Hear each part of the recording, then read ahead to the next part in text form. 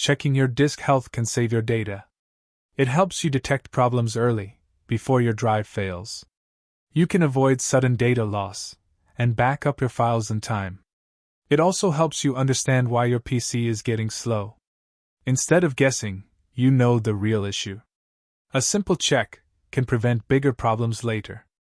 So don't wait, let's get started.